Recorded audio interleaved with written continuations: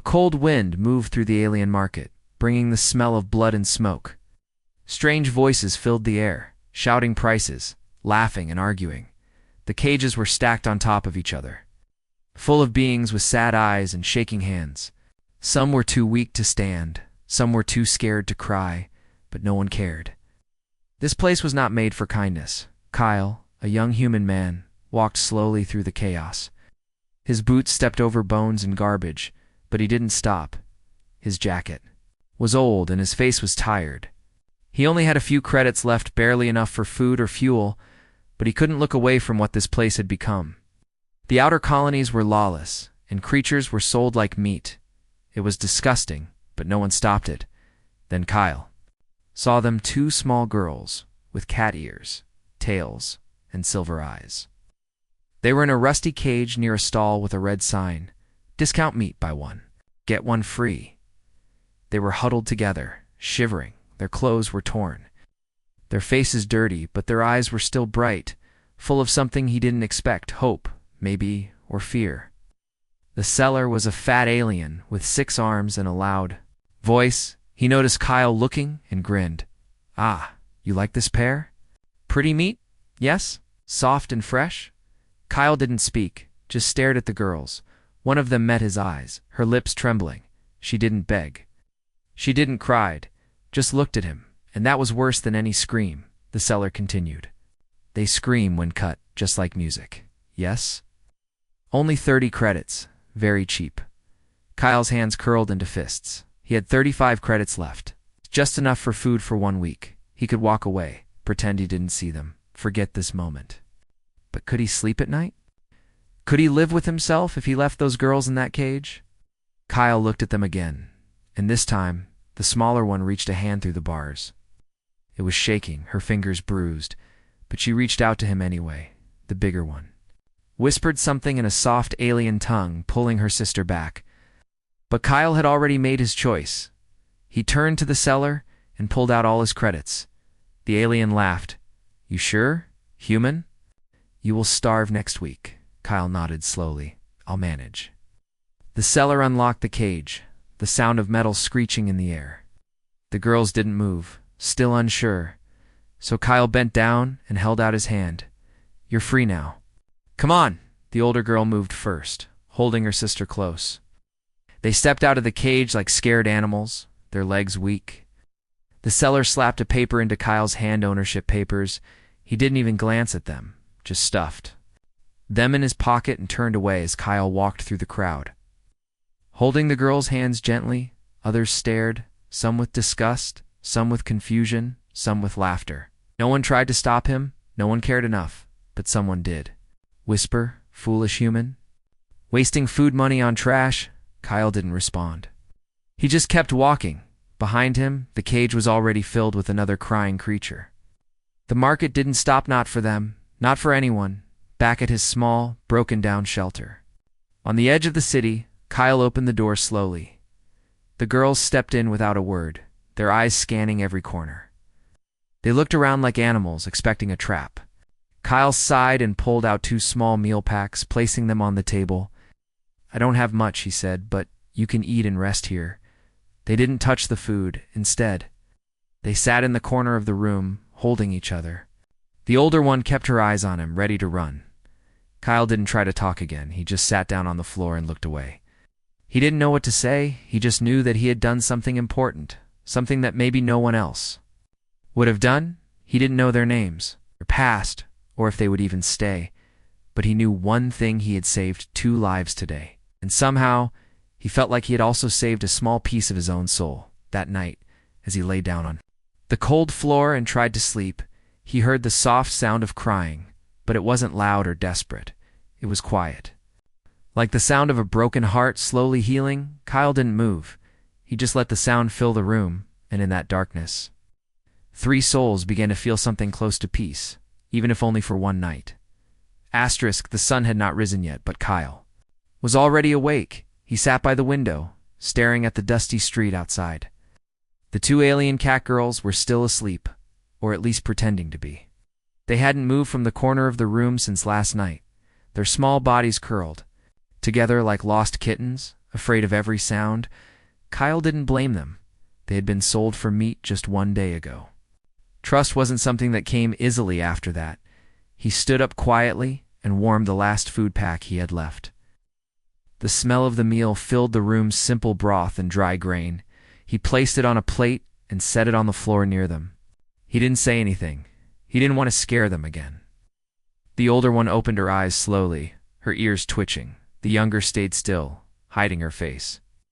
The older girl stared at the food. Then at Kyle. She didn't move. Kyle gave a soft smile. "You don't have to eat if you don't want." Then he walked away and sat down near the window again. Minutes passed. Then he heard soft steps, light as feathers. He didn't turn around. But he heard them sniffing the food. A gentle rustle, a soft sip, then silence again. It wasn't trust not yet, but it was a start. That day, Kyle left them alone. He worked on fixing a broken drone in the corner of the room. He didn't speak unless he needed to, but he left clean clothes on the bed and a blanket. He also filled a small bowl with warm water. When he looked over hours later, the clothes were gone, so was the food. The bowl was half empty, but the girls were still quiet, still afraid that night. Kyle heard whispers behind him. The older one was trying to comfort her sister.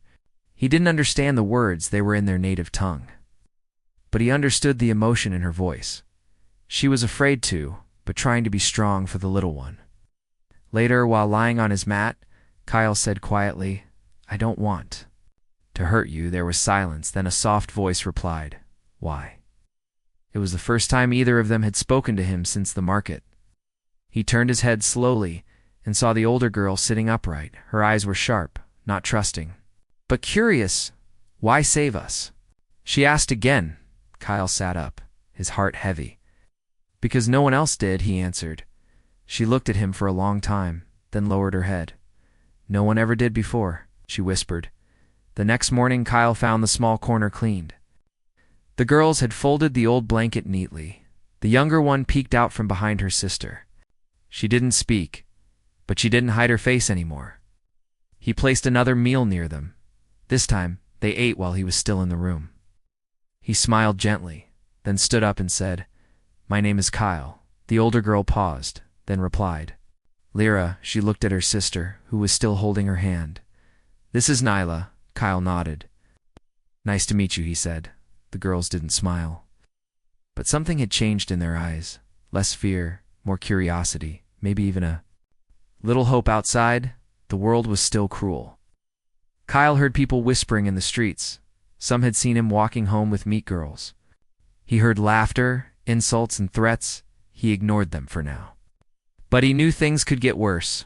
Later that day, Kyle came back with a soft toy he found in the junkyard, a small bear. Missing one eye but still clean, he placed it on the table near Nyla, then walked away again. He didn't say anything, didn't expect anything.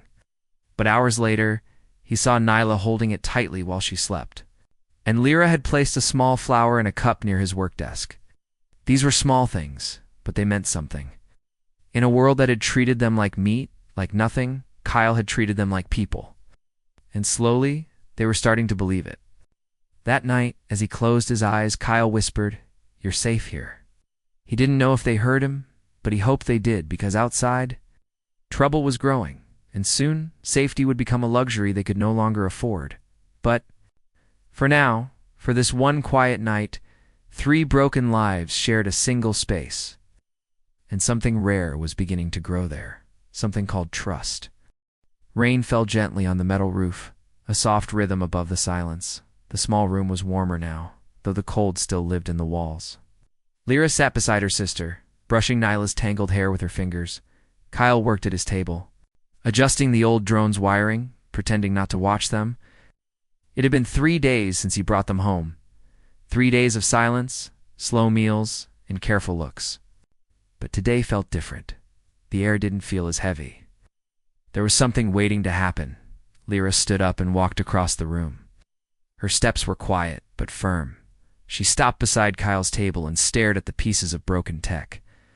He looked up slowly, unsure if she was ready to speak. But she didn't say anything yet. She simply watched his hands as he worked. After a while, Kyle asked gently, "Do you want to try?" He held out a small tool, a tiny spark flickering from its tip. Lyra didn't move. Then, without a word, she reached out and took it. Her fingers trembled slightly, but she held it like she had seen it before. Kyle smiled and moved aside. She sat next to him and began fixing the wires in silence. Her hands were quick, focused. Kyle said nothing. He knew not to ruin the moment with too many words. But in his heart, he felt something shift. This was not just survival anymore. This was the start of something else. Nyla watched from the corner, the toy bear still in her arms. She didn't speak. But her eyes followed everything her sister did. She was no longer hiding, just waiting. Hours passed. And the drone's red light blinked back to life. Lyra looked up at Kyle and held out the tool. "It's working," she said softly. Her voice was clear, but unsure. Like she hadn't used it in a long time. Kyle froze, the moment sinking into his bones. "It's amazing," he said, smiling. "You did it." Lyra gave a tiny nod and, "Look down, you're not like the others," she said after a pause. Kyle leaned forward, his voice low. "I hope not." She glanced at him, then away again. "They hit us," she said quietly. "They called us things, not names." "Not people," Kyle listened, not interrupting. "They burned Nyla's tail." Because she tried to run, her hand curled into a fist. She was just a child. Miles' voice shook a little. "I'm sorry." Lyra looked at him then, her eyes full of something sharp and sad. "You didn't do it," she said, "but still. Why help us?" He thought for a moment, then replied, "Because someone has to." She looked down again, but this time she didn't hide. Her silence wasn't fear, was thinking, feeling, remembering. Later that evening, Kyle made a small fire in the center of the room. The power had gone out again, and they needed warmth. He placed a few dried plants in a pan and stirred them over the flames. It smelled like garlic and smokes, simple, but comforting. He handed a bowl to Lyra, then another to Nyla. Both girls took them without fear this time as they ate. Lyra spoke again.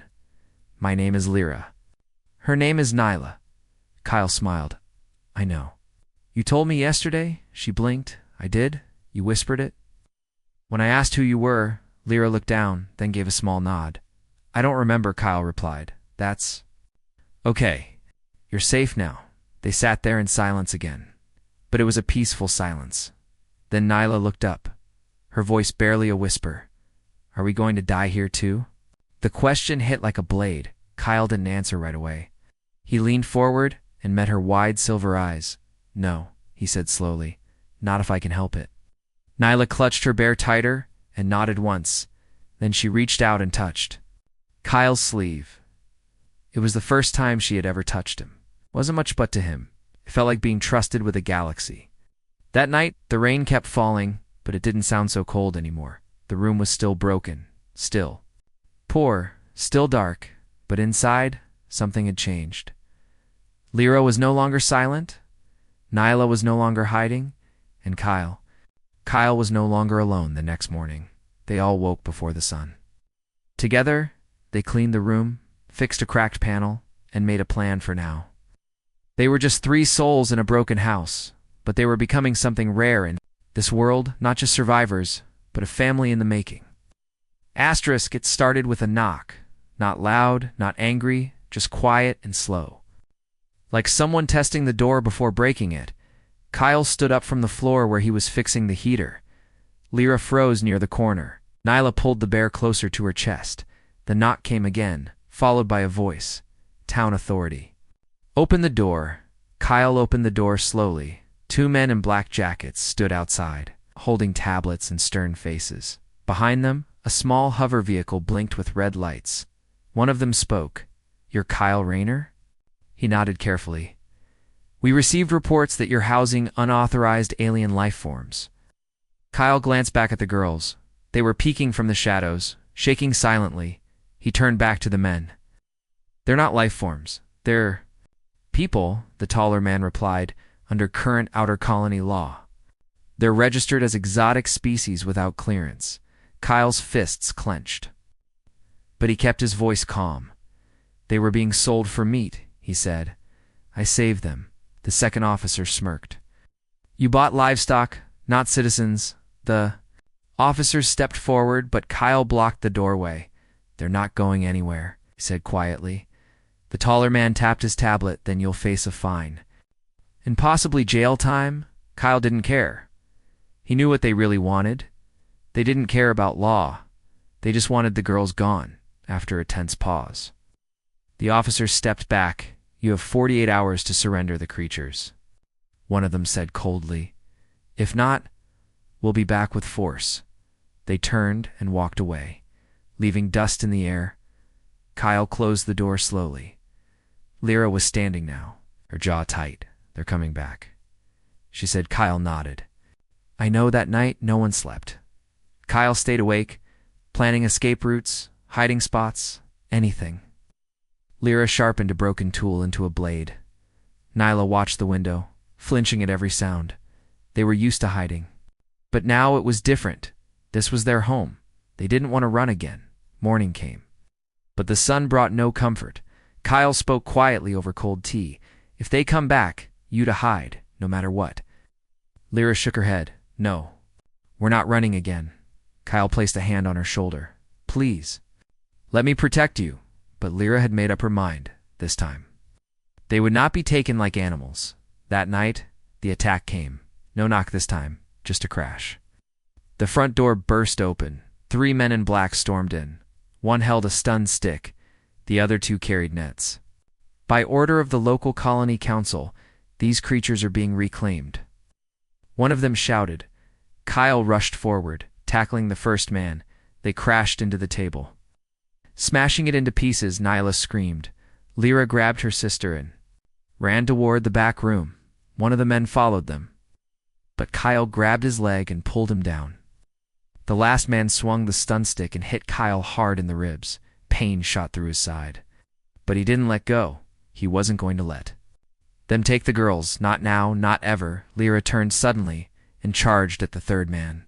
She bit his arm, clawed his face, screamed like a wild animal. The man dropped the net and stumbled back. Nyla grabbed a pipe and hit him in the leg. They were fighting not to win, but to stay free. And that gave them strength. Kyle managed to push the first man out the door. The second followed, bleeding and angry. Stay out of this, human, he growled. Kyle stood in front of the girls, bruised and shaking. This is my home, he said through gritted teeth. You don't belong here. Sirens began to echo in the distance. Neighbors had called for help. The attackers looked at each other, then ran. They knew more people were watching now. The law they had hidden behind was too thin under real eyes. When the door finally closed again, Kyle collapsed onto the floor. Blood dripped from his mouth, his breathing sharp and shallow. Lyra rushed to him, her hands shaking. You stupid human, she said softly. You got hurt for us again? Kyle smiled weakly. Worth it. That night, while he lay resting, Nyla curled beside him with the bear. Lyra sat near the fire, eyes glowing in the dark. She was no longer afraid, only angry. They had survived again, but this time, the world would hear them. This time, they would not be silent anymore. The morning light was soft, but the pain in Kyle's ribs was sharp. He winced as he tried to sit up, his body bruised from the night before. Lyra rushed to his side and pushed gently on his shoulder. Don't move too much, she whispered. Kyle gave a weak smile. You sound like a big sister. She didn't smile back, only checked the bandage around his ribs again. Nyla peeked from behind the broken table, still holding her toy bear. Her eyes were wide and filled with worry. Is he dying? She asked quietly. Lyra shook her head. Not today. The room was a mess. Furniture broken, tools scattered, a blood trail near the door, but they were still there, still breathing, still together. Kyle knew the men would come again stronger. Maybe smarter, but something had changed. The girls were no longer afraid like before. Now they were watching over him. Later that day, while Kyle rested, Lyra opened the back panel of the house. There was an old storage crawlspace filled with junk and dust. She pulled out an old toolkit and examined the broken drone parts Kyle had been working on. Then she looked over at the defense grid near the wall, long dead and covered in rust, with careful hands and quiet focus. She began fixing it. Nyla helped, holding wires and wiping dirt from panels. Their little hands moved quickly, like they had done this before. Kyle watched from his mat, surprised. "You two are engineers?" he asked softly. Lyra shrugged. "We fixed escape ships for slavers." Kyle blinked. "That's not nothing." Lyra nodded. "And now we fix for family." By sunset, the grid near the door blinked to life. It wasn't strong, but it would sound. An alarm. They also set up motion sensors using pieces from Kyle's drones. A simple system, but enough to give them warning if someone came again. Kyle was proud, more than proud. He was amazed. These girls, treated like animals, were more skilled than most adults he knew, and now they were using those skills. For him, the next day, Kyle's bruises turned dark purple. He couldn't work, couldn't move much, but the girls kept the house alive. Lyra cooked using a solar cooker she built herself. Nyla cleaned, washed clothes, and even stitched his torn jacket. At night, they sat beside him and told stories, some real, some made up. Lyra spoke of a time before cages. A time when their mother braided their hair and sang under a glowing tree. Kyle listened with his eyes closed, the stories taking the pain away for a while. But peace never lasted long in places like this.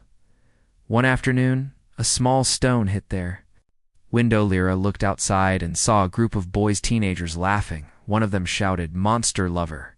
"Feeding animals now?" Another added, "You keep him for fun or for sale?" They all laughed and threw another rock. It cracked the corner of the glass. Nyla hid behind the chair, eyes full of panic, but Lyra stood up, silent and furious. Kyle tried to get up too, but she stopped him. "No," she said firmly. "We protect you now." That evening, Lyra took a metal rod and shaped it into a club. She sharpened the end, then hid it by the door. She wasn't going to let anyone hurt Kyle again, not while she was breathing. Nyla made small traps using thread and nails, placing them outside the windows. Kyle watched them, feeling something deep in his chest. This wasn't just survival anymore. It was love. And love made people dangerous in the best way. Later that night, Kyle sat up with their help. He looked at them both. "Why are you doing all this?" Lyra didn't answer at first. Then she said, "You fought for us when no one else did," Nyla added. "You didn't leave." Kyle nodded slowly, his voice quiet. "I didn't save you for this." "I didn't expect anything back." Lyra looked him straight in the eyes. "But we chose to give back." Outside, the street was quiet. Inside, the broken home felt like something stronger, like it could survive the storms still to come. He was no longer alone in his fight. They had become more than survivors. They were protectors, builders, family, and whatever came next, they would face it together. The stars above the colony blinked cold and silent, but below, something was moving in the dark. Lyra could feel it. Her ears twitched. Her eyes scanned the street through the cracked window. Nyla sat behind her, hugging the toy bear. Kyle was asleep on the floor, his face pale, still healing from the last fight. But Lyra couldn't rest. Not tonight. She saw him, the same man who sold them at the market, the same one who laughed while calling them meat. He was back, walking with two other men, not in uniforms this time, but in thick armor and masks. They weren't here to talk. They were here to finish what they started. Lyra grabbed the rod she had sharpened. Nyla moved to wake Kyle, but Lyra whispered, "No, let him sleep." She opened the door silently and stepped outside. The cold air hit her face like ice, but her heart was burning hot. The man stopped when he saw her. "Well, well," he smirked. "The little kitten learned to stand." Lyra didn't answer. She stood tall, her weapon tight in her hands. One of the other men laughed. "We'll take you back in pieces this time. Try," she whispered. The street was empty. The silence louder than the wind. Then they charged. The first man rushed forward with a shock baton. Lyra dodged and slammed the rod into his knee. He screamed, falling to the side. The second swung a metal chain, but Lyra rolled under it and kicked him in the chest. Nyla, hiding behind a crate, threw a small homemade flash device. It exploded in a burst of light and sound, blinding them all for a second. Lyra didn't waste time. She struck again once, twice, until the second man dropped his weapon and crawled away. The seller grabbed Lyra from behind, his arms like steel. "You think you're strong now?" He hissed in her ear, but before he could lift her, a loud voice roared from behind them, "Get your hands off her." It was Kyle awake, limping, blood still on his shirt.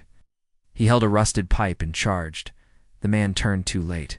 Kyle slammed the pipe into his face, and the seller dropped to the ground. Groaning, Lyra stood there, chest heaving, eyes wide.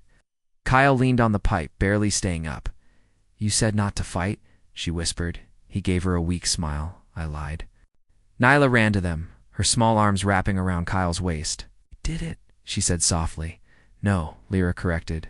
"We survived again."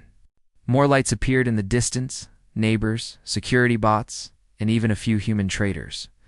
They had heard the noise, seen the flash, and finally came to look. One older woman stepped forward. "I saw everything," she said.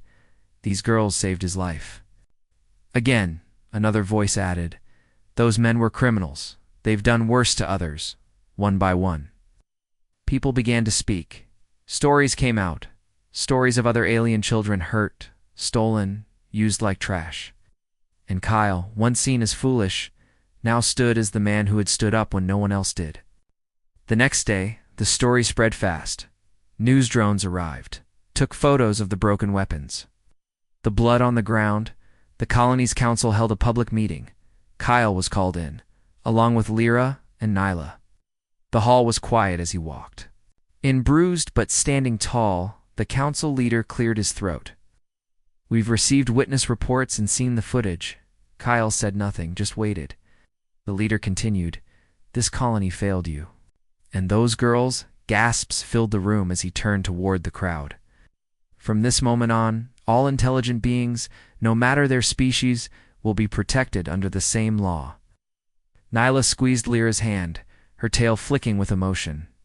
Lyra didn't cry, but her eyes shimmered. Later that evening, Kyle sat outside with them under the stars. "You girls are famous now," he said with a chuckle. Nyla tilted her head. "Famous?" Lyra smirked. "It means people will watch."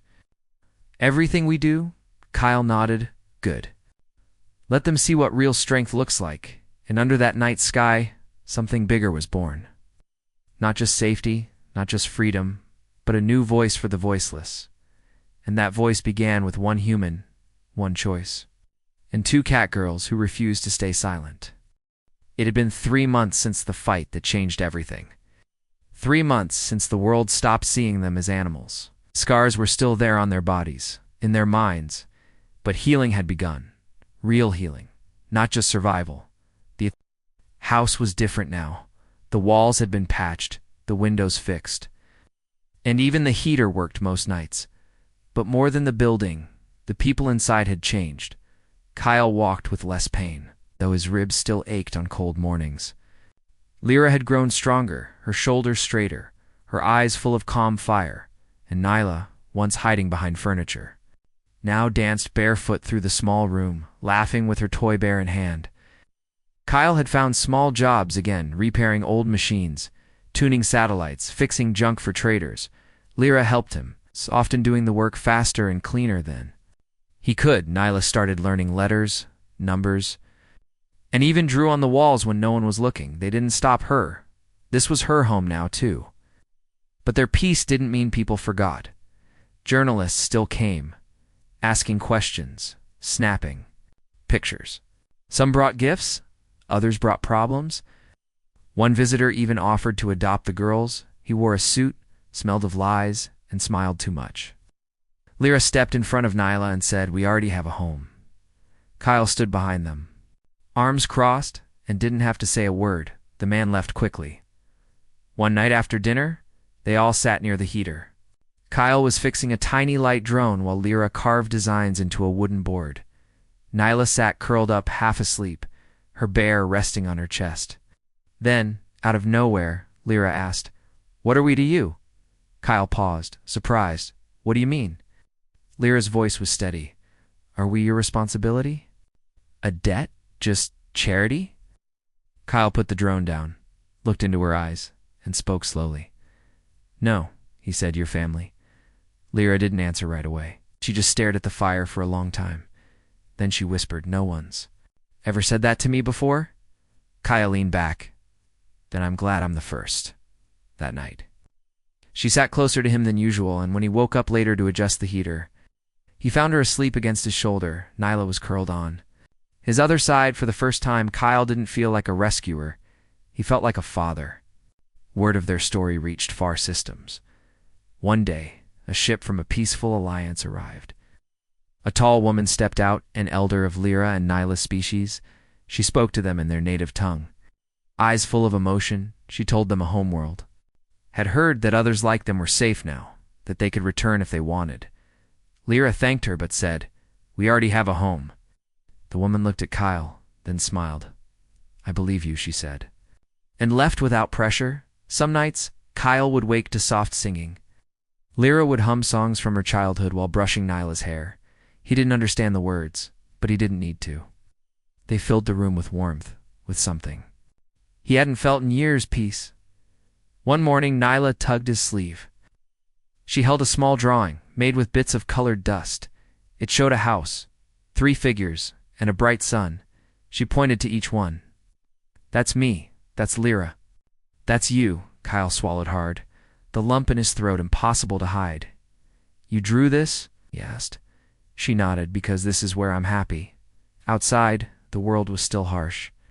Still broken in places, but in their little home, something had been repaired. Not just tools, not just bodies, but hearts. And no one could take that from them again. They were not rescued pets, not forgotten slaves, not statistics. They were a family, built from pain, protected by love, and stronger than anyone imagined. And so, in a quiet corner of the galaxy, where cages once stood and chains once ruled, 3 souls lived under one roof, not just surviving anymore, but truly living together.